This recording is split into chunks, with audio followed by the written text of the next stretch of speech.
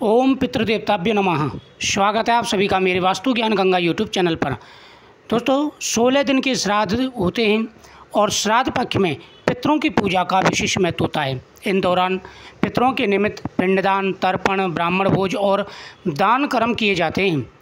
पितृपक्ष में गाय, कुत्ते, चींटी, कौवे आदि को आहार देने की परंपरा है। गरुड़ पुराण में इसके महत्व को बताया गया है। क्यों श्राद्ध पक्ष में पंचबली कर्म करना चाहिए। पंचबली कर्म के अंतर्गत ही उपरोक्त पशु पक्षी को आहार प्रदान किया जाता है। पंचबली कर्म, श्राद्ध में पंचबली कर्म किया जाता है, अर्थात 5 जीवों को भोजन दिया जाता है। बलि का अर्थ होता है बलि देने वाली, बल्कि भोजन कराना भी होता है। श्राद्ध में गौबलि, श्वान बलि, काक बलि, देवादि बलि और पिपला का आदि कर्म किए जाते हैं। हमारे पितर किसी भी योनि में हो सकते हैं, इसलिए पंचबली देने का विधान होता है। सबसे पहला होता है गौबलि। गौबलि अर्थात गाय को पत्ते पर भोजन परोसा जाता है। घर से पश्चिम दिशा में गाय को महुआ या पलाश के पत्तों पर गाय को भोजन कराया जाता है तथा गाय को गोभ्यो नमः कहकर के प्रणाम किया जाता है।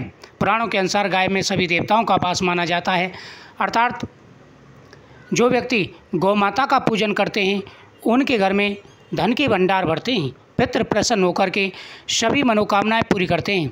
गाय में सकारात्मक ऊर्जा का भंडार होता है जो गाय को जागृत करने की क्षमता रखता है। गाय को अन्न और जल देने से सभी तरह के संकट दूर हो जाते हैं, घर में सुख शांति आती है। दूसरी होती है श्वान बलि, यानी कुत्ते को ग्रास दिया जाता है। श्वान बलि अर्थात कुत्ते को पत्ते पर भोजन परोसा जाता है। कुत्ते को भोजन देने से भैरव महाराज प्रसन्न होते हैं और हर तरह के अकस्मातिक संकटों से रक्षा होती है। कुत्ता आपकी राहु केतु के बुरे प्रभाव और यमदूत, भूत प्रेत आदि से रक्षा करता है।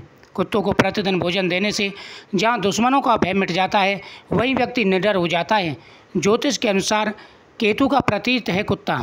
कुत्ता पालना या कुत्ते की सेवा करने से केतु का प्रभाव कम हो जाता है।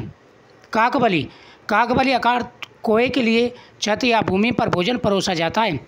कहते हैं कि कोआ यमराज का प्रतीक माना जाता है। यमलोक में ही हमारे पितर रहते हैं। धार्मिक मान्यताओं के अनुसार कौओं को देवपुत्र भी कहा गया है। कोए को भविष्य में घटने वाली घटनाओं का पहले से ही आभास हो जाता है। पुराणों की एक कथा के अनुसार इस पक्षी ने अमृत का स्वाद चख लिया था, इसलिए मान्यता के अनुसार इस पक्षी की कभी स्वाभाविक मृत्यु नहीं होती। कोई बीमारी एवं वृद्ध अवस्था से भी इसकी मौत नहीं होती है। इसकी मृत्यु अकस्मात रूप से ही होती है।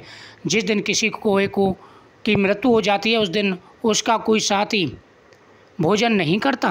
कहते हैं कि यदि कोआ आपके श्राद्ध का भोजन ग्रहण कर ले तो समझो आपके पितरों की कृपा आपके ऊपर हो चुकी है।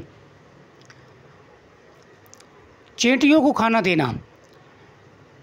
पिपलिकादि बलि अर्थात चींटी, कीड़े मकोड़े आदि इत्यादि के पत्तों पर भोजन रख करके उनको भोजन दिया जाता है। वहाँ चूरा कर भोजन डाला जाता है। इससे सभी तरह के संकट मिट जाते हैं और घर परिवार में सुख और समृद्धि का वास होता है।